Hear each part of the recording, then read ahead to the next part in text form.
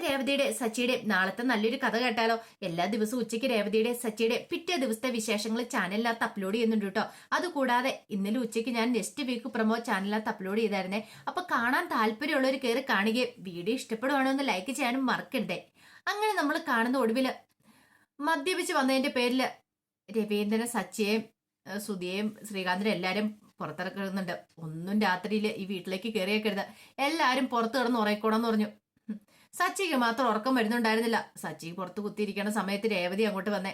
രേവതിയെ പിടിച്ച് അവിടെ ഇരുത്തി. രേവതി, നീ എന്റെ അടുത്ത് ഇരിക്കുക, എനിക്ക് ഉറക്കം വരുന്നില്ല എന്ന് പറഞ്ഞു. പിന്നെ മര്യാദയ്ക്ക് ഇവിടെ കിടന്ന് ഉറങ്ങിക്കോണം. അച്ഛനെങ്ങാനും വന്ന് കണ്ടോ? എന്ത്? ഞാൻ അതിന് വീട്ടിനകത്തേക്ക് കയറിയില്ലല്ലോ, നീ ഇവിടെ ഇരിക്കാൻ പറഞ്ഞു. പിന്നീട് രേവതിയെ പിടിച്ച് അവിടെ ഇരുത്തി. എനിക്ക് കുറച്ച് വെള്ളം കൊണ്ട് തരാനൊക്കെ പറഞ്ഞു. രേവതി വെള്ളം കൊണ്ടേ കൊടുത്തു.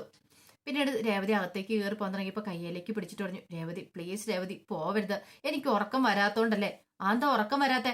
സാധാരണ മദ്യപിച്ച് കഴിഞ്ഞിട്ടുണ്ടെങ്കിൽ കൂർക്കം വലിച്ചു കിടന്ന് ഉറങ്ങുന്ന ആളല്ലേ, പിന്നെ ഇന്നെന്താ ഉറക്കം വരാത്തെ? അത് രേവതി എന്നാന്ന് വെച്ചാണ്ടല്ലോ, ഇത് ഫോറിൻ മദ്യമല്ലേ, എനിക്ക് ഇതൊന്നും കുടിച്ച് ശീലമില്ല, നമ്മള് കൂതറ ബ്രാൻഡിലെ അടിക്കാറുള്ളതെന്ന് ചോദിച്ചു. അപ്പൊ അതാണ് കാര്യം.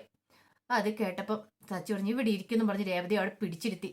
അതെ, നീ എന്റെ മഹാലക്ഷ്മി അല്ലേന്ന് ചോദിച്ചു. പിന്നെ മദ്യപിച്ച് കഴിയുമ്പോഴാണല്ലോ ഇങ്ങനെയൊക്കെ പറയുന്നത്, അല്ലാത്തപ്പോ വേറെ വാക്കാണല്ലോ എന്ന് പറഞ്ഞു. അങ്ങനൊന്നും പറയരുത്, എന്നൊന്നുമല്ലേലും ഈ വീട്ടിൽ വെച്ച് ഏറ്റവും സൗന്ദര്യമുള്ള നിനക്കാന്ന് പറഞ്ഞു. എനിക്കാ?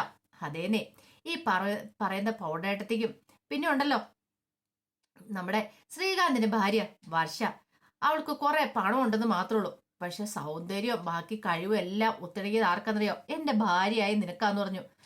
പിന്നെ ഒന്ന് പോ സച്ചേട്ടാ, അങ്ങനെയൊന്നും ഇല്ലാന്ന് രേവതി പറഞ്ഞു. പിന്നെ ഞാൻ പറഞ്ഞ സത്യമായിട്ടുള്ള കാര്യം, നിനക്ക് വിശ്വാസം വരുന്നില്ലേന്ന് ചോദിച്ചു.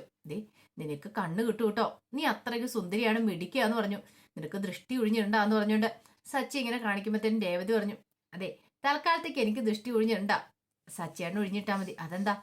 അല്ല, സച്ചേട്ടന് കഴിവും കാര്യങ്ങളൊക്കെ ഉണ്ടല്ലോ, പിന്നെ അങ്ങനെയൊന്നും ഇല്ലാന്ന് പറഞ്ഞു. ഇത് കേട്ടപ്പം രേവതി പറഞ്ഞു, സച്ചേട്ടന് സുന്ദരനാ എന്ന് പറഞ്ഞു.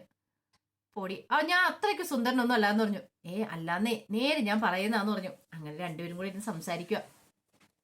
ആ സമയത്ത് ശ്രീകാന്ത് ഉറക്കത്തിൽ പറഞ്ഞു, ഒന്നും മിണ്ടാതിരിക്കുക, എനിക്ക് ഉറങ്ങണം എന്നൊക്കെ പറയാണ്. അപ്പോഴേക്കും സുധി പറഞ്ഞു, അയ്യോ ആ ബിസിനസ് ഡീൽ എന്നൊക്കെ പറഞ്ഞുകൊണ്ട് സുധി ഉറക്കപ്പിച്ച് പറയണം. ഇത് കേട്ടപ്പോ രേവതി പറഞ്ഞു, അതെന്താ അവരങ്ങനെയൊക്കെ പറയണേ? അതെ, അവരങ്ങനെ മദ്യം കഴിക്കാറൊന്നും ഇല്ലല്ലോ, അതുകൊണ്ടാന്ന് പറഞ്ഞു. മദ്യപിച്ച് കഴിഞ്ഞപ്പോൾ ലെക്ക് കെട്ടുപോയി, അതാ രണ്ടെണ്ണം കൂടെ അങ്ങനെ ഉറക്കപ്പിച്ചൊക്കെ പറയണേന്ന് പറഞ്ഞു. അങ്ങനെ സംസാരിച്ചിരിക്കുന്ന സമയത്ത് ശ്രുതി അങ്ങോട്ട് വന്ന് നോക്കുവാണ്. ദൈവമേ, ഉറക്കമില്ലേ വിറ്റകൾക്ക്? ഉറങ്ങുവാണെ സമാധാനത്തോട് കൂടിയിട്ട് ശ്രുതിയുടെ പോക്കറ്റിൽ നിന്ന് ആ ഫോൺ അടിച്ചു മാറ്റായിരുന്നു. അപ്പൊ ശ്രുതിയുടെ പോക്കറ്റിനകത്താണ് ശ്രുതി സച്ചിയുടെ ഫോൺ അടിച്ചു മാറ്റിക്കൊണ്ട് വെച്ചിരിക്കുന്നത്. അത് എടുക്കണമെങ്കിലോ സച്ചി അവിടെ കിടന്ന് ഉറങ്ങണം, രേവതി എഴുന്നേറ്റ് പോകുകയും ചെയ്യണം. ഈ സമയത്ത് പോയി എടുക്കാൻ പറ്റില്ലല്ലോ, എന്ത് ചെയ്യണം എന്ന് ആലോചിച്ചു. രണ്ടിന്റെ റൊമാൻസ് ഒന്ന് എഴുന്നേറ്റ് പോയാൽ മതിയായിരുന്നൊക്കെ ചിന്തിച്ചു. ആ സമയത്ത് സച്ചി രേവതിയോട് പറഞ്ഞു, നിന്നെ ആദ്യം കണ്ടപ്പം എനിക്ക് ദേഷ്യമാണ് തോന്നിയത്, പക്ഷെ പിന്നെ നീ എന്റെ മനസ്സിലേക്ക് വന്നേ. എന്നിട്ടിപ്പൊ എന്താ? എന്റെ എല്ലാം അല്ലേ നീ ഇല്ലായിരുന്നു ഞാൻ ഒന്നും ആയി തീരില്ലായിരുന്നു. നീ എന്റെ ജീവിതത്തിലേക്ക് വന്നതിന് ശേഷം ഇത്രയും മാറ്റങ്ങള് ഇപ്പൊ തന്നെ കണ്ടില്ലേ? നീ എന്റെ ഐശ്വര്യമാ. നീ ഉള്ളത് കൊണ്ടാ ഞാൻ മദ്യപിച്ചെന്ന് പറയണം. ഞാനുള്ളത് കൊണ്ടോ?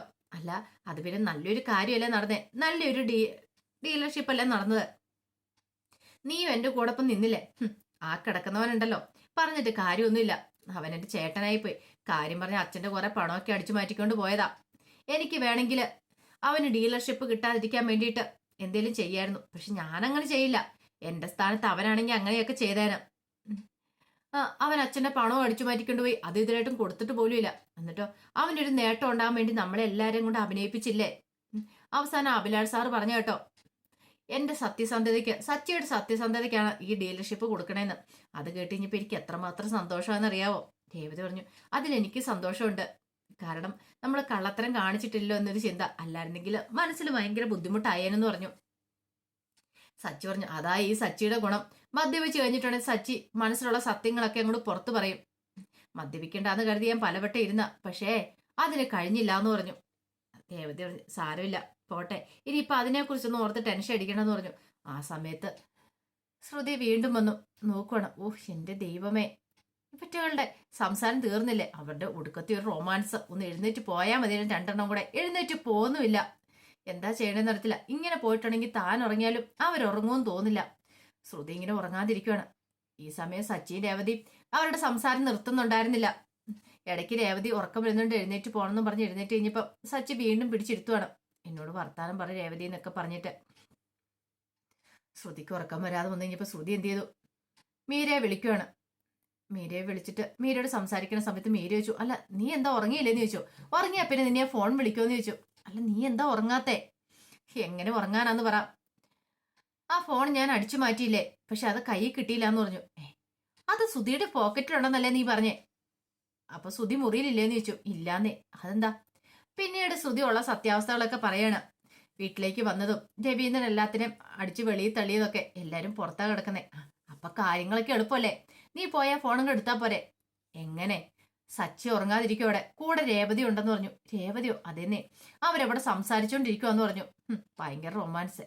റൊമാൻസോ? ഹൗ, അവരുടെ റൊമാൻസ് കാണാൻ നല്ല ഭംഗിയാ. എന്താ അവർ സംസാരിക്കണം എന്നൊക്കെ ചോദിച്ചു. ദേ എനിക്ക് നല്ല ദേഷ്യം വരുന്നുണ്ടെന്ന് പറഞ്ഞുകൊണ്ട് ശ്രുതി ദേഷ്യപ്പെടുവാണ് മീരയോട്. അല്ലടി, അവരുടെ റൊമാൻസ് എന്ന് പറഞ്ഞിട്ടുണ്ടെങ്കിൽ നല്ല ഭംഗിയെ കാണാനായിട്ട്. നിന്നെയും സുധിയെ പോലെയൊന്നും അല്ല, അവരുടെ നല്ല യഥാർത്ഥ പ്രണയവാ, കറതീർന്ന പ്രണയവാന്നൊക്കെ പറഞ്ഞു. അതോടെ കേട്ടുകഴിഞ്ഞപ്പോ ശ്രുതിക്ക് നല്ല ദേഷ്യം വന്നു മീരയോട്. പിന്നീട് ശ്രുതി പറഞ്ഞു, ഇവിടെയാണെങ്കിൽ ഫോൺ എടുക്കാൻ പറ്റാത്തന്നെ ദേഷ്യത്തിലിരിക്കുമ്പോഴാ അവളുടെ ഒരു കാര്യം. നിനക്ക് വേറൊന്നും പറയാനില്ലെന്ന് ചോദിച്ചു. അപ്പോഴേക്കും മീര പറഞ്ഞു, എടി അതിപ്പോ എടുക്കാൻ പറ്റും, നാളെ നേരം വെളുക്കുമ്പോ എടുക്കാലോ. അതെങ്ങനെ? നാളെ നേരം വെളുക്കുമ്പോ സച്ചി അങ്ങനെ ഫോൺ അന്വേഷിച്ചാലോ? ഒരു കാര്യം ചെയ്യുക, നീ കുറെ സമയം കൂടെ ഉറങ്ങാതിരിക്കുക. ആവശ്യം നിന്റെ ആയിപ്പോലെ. അതെ, ആ ഫോൺ എടുത്തു കഴിഞ്ഞാൽ മാത്രമേ എനിക്ക് നവീൻ ദാസിനെ കൊടുക്കാനായിട്ട് പറ്റുള്ളൂ. ആ വീഡിയോസ് എടുത്ത് ആന്റണിക്ക് കൊടുക്കണമെന്ന് പറഞ്ഞു. അല്ലടി, ഇനിയിപ്പോ രാത്രി നീ ഉറങ്ങാതിരിക്കണോ? പിന്നെ ഉറങ്ങാതിരുന്നല്ലേ പറ്റുള്ളൂ. കുറച്ച് കഴിയുമ്പം രേവതി സച്ചിൻ പോയി ഉറങ്ങുമായിരിക്കും. കണ്ടാലും മതി, ഒരെണ്ണം കഥയിനപ്പുറത്തും ഒരെണ്ണം ഇപ്പുറത്തും, വാതിൽപ്പടിയിൽ അപ്പുറത്തും ഇപ്പുറത്തുമായിട്ട് റൊമാൻസ് എന്ന് പറഞ്ഞു. അത് കേട്ട് കഴിഞ്ഞപ്പോ മീര പറഞ്ഞു, നല്ല കാര്യം, നീ ഒരു കാര്യം ചെയ്യുക, ഉറങ്ങാതിരിക്കുക. രേവതി എഴുന്നേറ്റ് പോയി കഴിയുമ്പോഴത്തേനും സച്ചി എന്താളും കിടന്നുറങ്ങും. ആ സമയത്ത് പോയി ഫോൺ അടിച്ചു മാറ്റിയാൽ മതി എന്നൊക്കെ പറഞ്ഞു. അല്ലെങ്കിൽ ഒരു കാര്യം ചെയ്യാം, നേരം വെളുക്കുമ്പോൾ നിനക്ക് ഫോൺ അടിച്ചു മാറ്റാലോ, നീ ധൈര്യമായിട്ടിരിക്കുക എന്നൊക്കെ പറഞ്ഞ് ആശ്വസിപ്പിച്ചിട്ട് മീര കോള് കട്ട് ചെയ്യുന്നേ. അങ്ങനെ പിറ്റേ ദിവസമായി കഴിഞ്ഞപ്പോഴത്തേനും രേവതി രാവിലെ എഴുന്നേറ്റ് മുറ്റമൊക്കെ അടിക്കണം, കോലം വരയ്ക്കണം, അതിനൊക്കെ ആയിട്ട് എഴുന്നേറ്റ് വരുവാണ്.